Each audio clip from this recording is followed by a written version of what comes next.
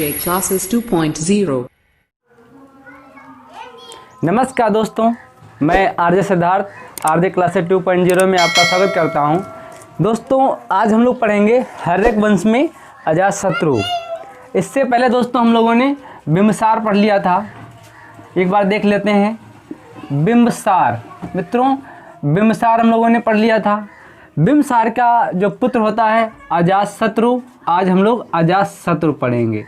उसके बाद हम लोग क्या पढ़ेंगे? अजातशत्रु के बाद उदयन पढ़ेंगे। उदयन, या उदयन का एक और नाम मिलता है, मैंने आप लोगों को बताया था, उदयभद्र। उदयभद्र इनको पढ़ेंगे। इसके बाद अब क्या पढ़ना है मुझे? इसके बाद मित्रों अनिरुद्ध और मुंडक। अनिरुद्ध और मुंडक ये दो शासक नहीं पढ़ने हैं। याद रखना, ये दो शासकों का विशेष महत्व नहीं है और ना ही इतिहास इसके बारे में कुछ ज़्यादा लिखता है, इसलिए अनिरुद्ध और मुंडक को नहीं पढ़ना है। और लास्ट शासक जो रहेगा वो नागदशक रहेगा। नागदशक या नागदर्शक, इसके बारे में पढ़ना है। बस याद रखना कि इसमें जो सबसे बड़ा चैप्टर है अजातशत्रु ही है। बाकी इन दोनों को और तीनों को बहुत हल्के में पढ़ना है। इसको तो हम लोगों ने पढ़ ही लिया है। बस अजातशत्रु आज देख लेंगे और हो सकता है कि मैं सबको आज की वीडियो में ही कंप्लीट करवा दूं, यदि ज़्यादा वीडियो बड़ा नहीं हुआ तो। मित्रों, आगे हम बात करेंगे आज अजातशत्रु की। अजातशत्रु हर्यक वंश का सबसे प्रतापी राजा है। अजातशत्रु अपने पिता को मारकर गद्दी पर बैठता है। अजातशत्रु अपने मामा से युद्ध करता है और मामा की पुत्री से शादी कर लेता है। अजातशत्रु काशी को दहेज में प्राप्त करता है और इसके पिता भी दहेज में प्राप्त करते हैं। इन सारी घटनाओं पे चर्चा हम करेंगे। आइए देखते हैं अजातशत्रु। अजातशत्रु का एक और नाम मिलता है जो बहुत बार पूछा जाता है, नोट कर लेंगे क्या नाम मिलता है। तो इसका उपनाम कुड़िक मिलता है। क्या मिलता है? कुड़िक। एक और नाम मिलता है, उपनाम कुड़िक मिलता है, जो कि हर्यक वंश से ही है। अजातशत्रु का दूसरा नाम क्या है? कुड़िक है। तो मैंने आपसे कहा कि अजातशत्रु या कुड़िक ये अपने पिता को मारकर, पिता का कत्ल करके गद्दी पर बैठता है। इतना आप पॉइंट नोट कर लेंगे मित्रों। अब आगे पढ़ते हैं अजातशत्रु के बारे में। तो थोड़ा इसका पक्ष में देख लेते हैं। अजातशत्रु जैसे गद्दी पर बैठता है, अजातशत्रु गद्दी पर बैठेगा तो अजातशत्रु के गद्दी पर बैठने के बाद 8 साल के बाद, 8 वर्ष बाद, जैसे गद्दी पर बैठेगा फिर शासन के 8 वर्ष हो जाएंगे। ये 8वें वर्ष बाद महात्मा बुद्ध की मृत्यु हो जाती है। महात्मा बुद्ध की मृत्यु हो जाएगी 80 वर्ष की अवस्था में। 80 वर्ष की अवस्था में इसकी मृत्यु हो जाती है महात्मा बुद्ध की। कहाँ होती है? कुशीनगर में होती है। चलिए उस पर फिर चर्चा करेंगे। सन क्या है? 483 BC या बिफोर क्राइस्ट में महात्मा बुद्ध की मृत्यु होती है। किसकी मृत्यु होती है? महात्मा बुद्ध की। महात्मा बुद्ध की मृत्यु हो जाती। एक पॉइंट ये आप नोट कर लेंगे। अगला यदि हम बात करें तो जैसे ही महात्मा बुद्ध की मृत्यु होती है वैसे एक बौद्ध संगीत भी होती है। बौद्ध संगीत भी करवाता है। संगीती, हाँ, बौद्ध संगीत भी कराता है। बहुत महत्वपूर्ण पॉइंट है और ये बहुत बार पूछा गया है मित्रों। बौद्ध संगीत ही हम बौद्ध में पढ़े, जब धर्म पढ़ेंगे तो उसमें बताएंगे। और बौद्ध संगीत में यदि हम बात करें तो चारों में आपको बताऊंगा जब बौद्ध धर्म पढ़ेंगे। तो इसलिए ज़्यादा ना पढ़ते हुए हम सिर्फ इतना जानेंगे कि अजातशत्रु के शासनकाल में कौन सी बौद्ध संगीत हुई थी, इतना ही जानना है। तो अजातशत्रु के शासनकाल में प्रथम बौद्ध संगीत होती है। प्रथम बौद्ध संगीत होती है। एक पॉइंट प्रथम है। तो कहाँ होती है मुझे ये जानना बहुत ज़रूरी है। तो दोस्तों ये होती कहाँ है? राजगृह में होती है। राजगृह होती, तो राजगृह में कहाँ होती है? तो एक गुफा है, उसका नाम है सतकर्णी गुफा। क्या नाम है? सतकर्णी। सतकर्णी गुफा है।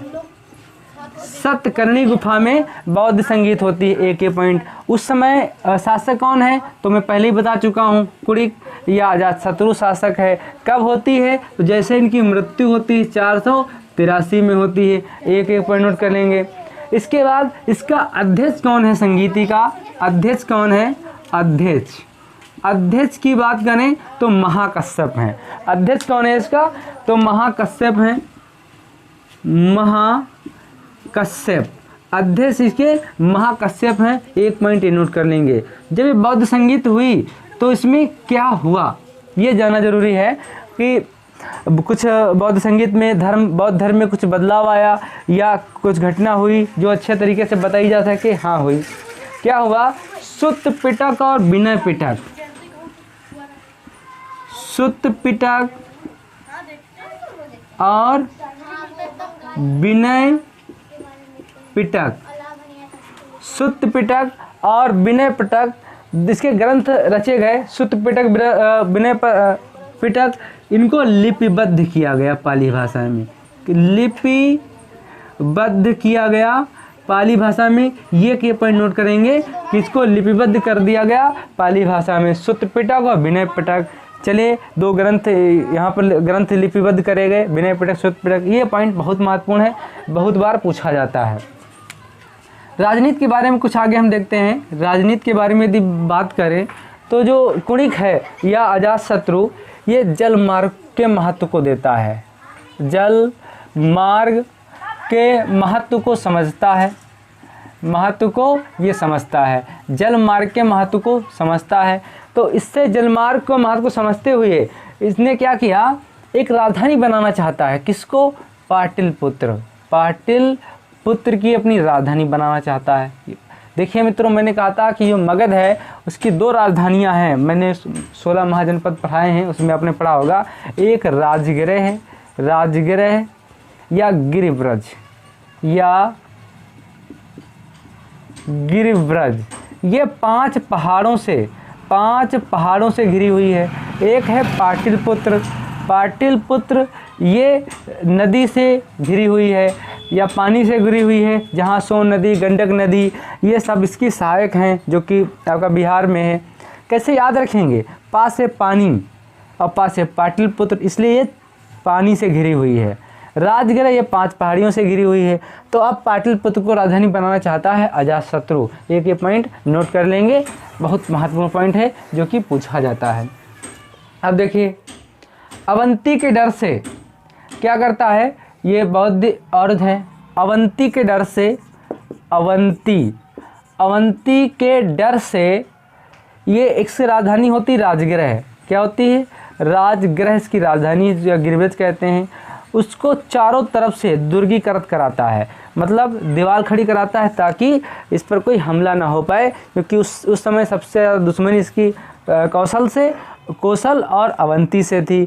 क्यों थी, देखिए अवंती जो है इससे बिंबिसार के संबंध बहुत अच्छे थे, कौशल से ही बिंदुसार के संबंध बहुत अच्छे थे। और बिंबिसार को अजातशत्रु मार देता है, तो जिससे संबंध बहुत अच्छे थे वो सारे शत्रु हो जाते हैं अजातशत्रु के। इसलिए क्या करता है, अपनी राजधानी को ये दुर्गीकृत करवाता है। एक तरफ ये अपनी राजधानी पाटलिपुत्र बनाना चाहता है ताकि ये चारों तरफ पानी से घिरी रहे राजधानी और इस पर किसी प्रकार का कोई आक्रमण ना हो सके। अब देखिए, इसकी कूटनीतिज्ञ भी बहुत अच्छी थी। जो कूटनीतिज्ञ हैं या जो कूटनीतिकार हैं वो बहुत अच्छे थे। तो इसमें कूटनीतिज्ञ या कूटकार है, उसका नाम है, या सलाहकार हम कह सकते हैं सलाहकार। सलाहकार जो सलाहकार हैं उनका नाम है वशस्कार। क्या है, वशस्कार। ये वशस्कार नाम का सलाहकार है जो कि कूटनीति के बारे में बताते हैं। इसके बारे में अभी बताऊंगा आगे किस तरीके से वज्जी में ये फूट डलवा देते हैं और उसको जीत देते हैं। मैं सारी चीज़ों की इस पर चर्चा करने वाला हूँ अभी। राजनीति, ये कूटनीति या हम राजनीतिक गतिविधियाँ भी कह सकते हैं कि वह सलाहकार इनको सलाह देते थे। चलिए आगे अब देखते हैं। तो मित्रों, जो मैं समझाने का प्रयास कर रहा हूँ समझ में आ रहा होगा। देखिए, मेरा वीडियो पढ़ने के बाद वैसे भी आपका कोई भी सवाल फंसेगा नहीं। यदि आपको फंसता है तो मेरे वीडियो को आप देखें, फिर उसके बाद किताब आप पढ़ें तो ज़्यादा समझ में आएगा। किताब यदि पढ़ने की बात कर दें, क्या पढ़ना है अच्छे तरीके से, तो एक किताब मोटी सी है, केसी श्रीवास्तव आप ले लीजिए। केसी श्रीवास्तव में आपको बहुत अच्छा मैटर मिल जाएगा, बस थोड़ी सी उसमें मेहनत करनी है। जब आपको स्पेशल इतिहास तैयार करना हो तब आप उसको पढ़िए। यदि आपको स्पेशल इतिहास नहीं तैयार करना है, कोई वनडे के लिए आप तैयारी कर रहे हैं, तो वीडियो आपके लिए काफ़ी है। चलिए मित्रों आगे बात करते हैं। मैंने आपसे कहा था कि जैसे एक ये है साम्राज्य, पिछले वाले वीडियो में बताया है, ये साम्राज्य कौशल है। ये साम्राज्य कौशल है, प्रसेनजीत यहाँ का राजा है, उसकी जो बहन होती है वो महाकोशला होती है, ये मैंने बताया था। ये मगध है, क्या है, ये मगध है। मगध के बाद यहीं पर एक वज्जी है, यहाँ पर एक वज्जी है, ये आप नोट कर लेंगे, वज्जी है। फिर इधर अवंती है, अवंती है, ठीक। और ये वत्स्य है, वत्स्य है। वत्स्य को भी मगध में मिला लिया जाएगा, अभी नहीं, मैं अभी बात करने वाला हूँ। अवंती हो गया। और मगर यहाँ पर छोटा सा काशी है, काशी, छोटा सा काशी है, ये पहले से इसके कब्जे में है, होता है, ये यहाँ पर काशी है मित्रों। अब यदि हम बात करें तो इधर जो कौशल है ये, तो यहाँ की महाकोशला, महाकोशला, और इधर जो वज्जी है यहाँ की राजकुमारी चेलना, चेलना, चेटक की पुत्री चेलना है।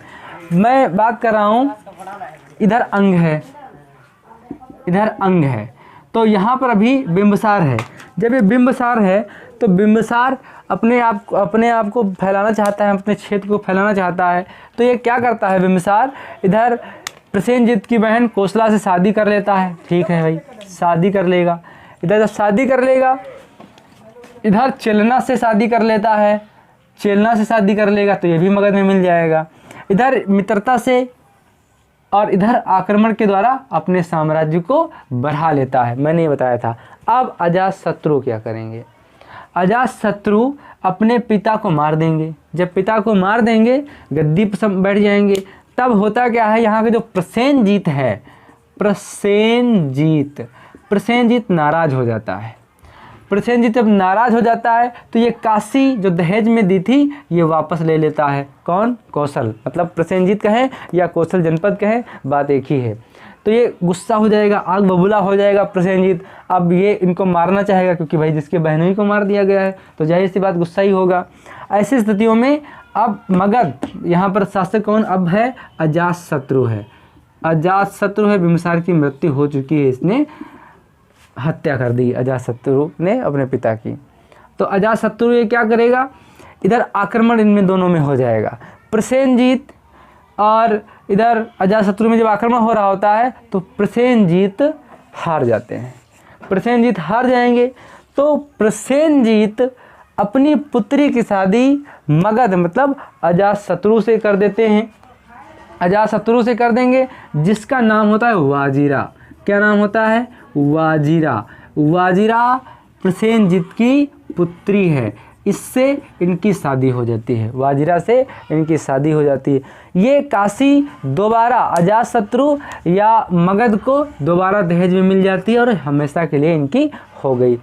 उधर क्या होता है, अब भैया जो आपके वज्जी या चेलना जहाँ की राजकुमारी है, अब ये शांत थोड़ी ना बैठेंगे, इधर भी तो शत्रुता हो गई है, इधर भी इनके साथ युद्ध वाली ही घटनाएं होती हैं।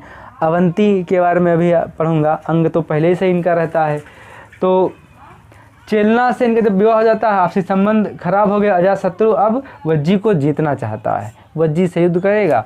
और वज्जी से मैं अभी इसके बारे में चर्चा करने वाला हूँ बहुत अच्छे तरीके से। चलिए, वज्जी से जीत लेगा। अब ये साम्राज्य सिर्फ इसमें पूछा जाता है, काशी 2 बार दहेज में दिया गया मगध को, किस किस को दिया गया, अजातशत्रु उसके पिता को दिया गया। अब यहाँ पर चेलना कहाँ से, वज्जी से थी, महाकोशला ये कहाँ से, प्रसेनजीत की बहन, और ये कौशल से थी, ये चेटक की पुत्री है। बस इतना इसमें जानना जरूरी है, तो बहुत कुछ, लेकिन जो कंपटीशन के दृष्टिकोण से महत्वपूर्ण है उतने मैं आपसे बात करूँगा। धीरे धीरे सारी चीज़ें आती रहेंगी आपके सामने। चलिए मित्रों आगे देख लेते हैं। अब होता क्या है, अजातशत्रु देखिए, एक है वज्जी अभी मैंने आपको वज्जी बताया, एक है वज्जी, वज्जी, वज्जी सही नाम आपको मिलेगा। जो वज्जी है ये 8 राज्यों का संघ है, 8 राज्यों का संघ है, 8 या जनपदों का संघ है, या हम राज्य बोलें या जनपद, जनपदों का, या छोटे जनपद हैं जनों का ये संघ है वज्जी। तो यहाँ की राजकुमारी कौन है? छेलना, जिसको ये जीतना चाहता है। लेकिन ये जीते कैसे, ये बात यहाँ पर है, क्योंकि ये तो शक्तिशाली है, इसमें बहुत सारे राजा हैं, और उधर क्या है, सिर्फ 2 ही राजा उसका साथ देंगे। कौन? एक प्रसेनजीत हो गए, और प्रसेनजीत के बाद उधर कौन है? मैंने आपसे बताया जो प्रसेनजीत कौशल के हैं, जहाँ की राजकुमारी महाकौशला थी। और कौन बचता? उधर राजा शत्रु, 2 मिलकर लड़ सकते हैं, लेकिन इधर तो 8 राजा हैं। ऐसी स्थितियों में क्या होगा? तो यहाँ पर वशस्कार अपनी भूमिका निभाते हैं, और इन संघों में फूट डलवा देते हैं, ये आपस में लड़ जाते हैं। फूट डलवा देंगे जिससे संघ कमज़ोर हो जाएगा, और युद्ध शुरू करवा देंगे। जब युद्ध शुरू करवा देंगे तब अजातशत्रु के पास 2 हथियार हैं। ये हथियार पूछे जाते हैं, हथियार। ये हथियार हैं, कौन कौन से हथियार हैं? तो एक हथियार का नाम है रथ मूसल, रथ मूसल। एक हथियार है रथ मूसल, बहुत महत्वपूर्ण पॉइंट पूछा जाता है। रथ मूसल को हम आधुनिक तोप के नाम से भी जानते हैं,